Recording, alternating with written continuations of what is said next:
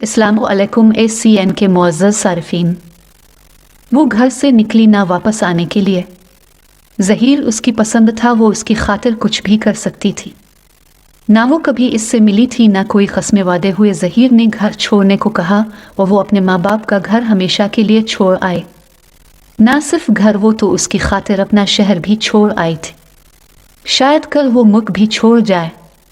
मोहब्बत की ये अनोखी दास्तान आजकल हमारे मीडिया की जीनत बनी हुई है। जी हाँ, दुआ ज़ोहरा केस जो आजकल हमारे मीडिया की जीनत बना हुआ है।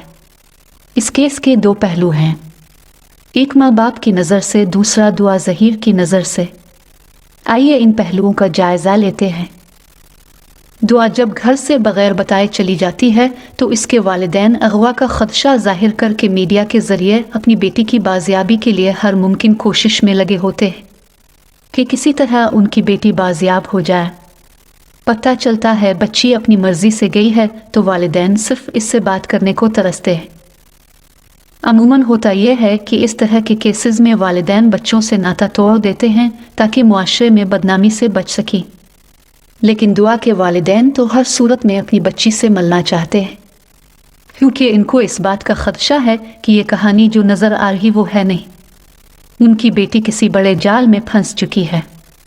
उन्हें डर है कि ये किसी गैंग वगैरह की कहानी है जिसके तहत लड़कियों को बैरून मुल्क ले जाकर इस्तेमाल किया जाता है।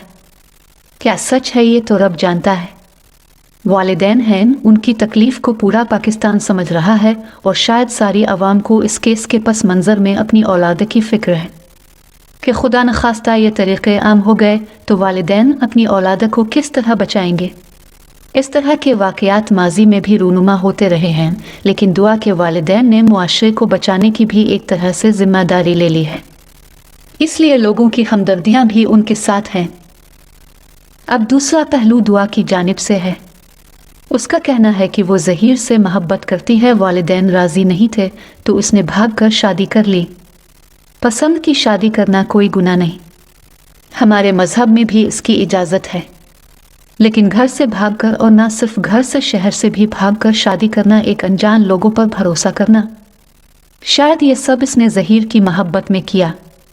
वो अभी उम्र में कम है, हो सकता है अभी फिल्मों वाली तसव्वुराती ज़िंदगी में मुब्तला हो।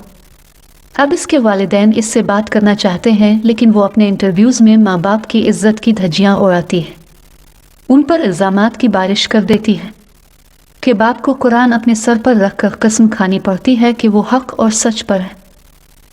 दुआ अपने वालिदैन को कहती है कि वो झूठे हैं। क्या कोई औलाद खिले आम अपने वालिदैन के लिए ऐसे अल्फाज इस्तेमाल कर सकती हैं? आखिर आज मुआशरा किधर जा रहा है? हमारे मुआशरे की कुछ रवायात हैं।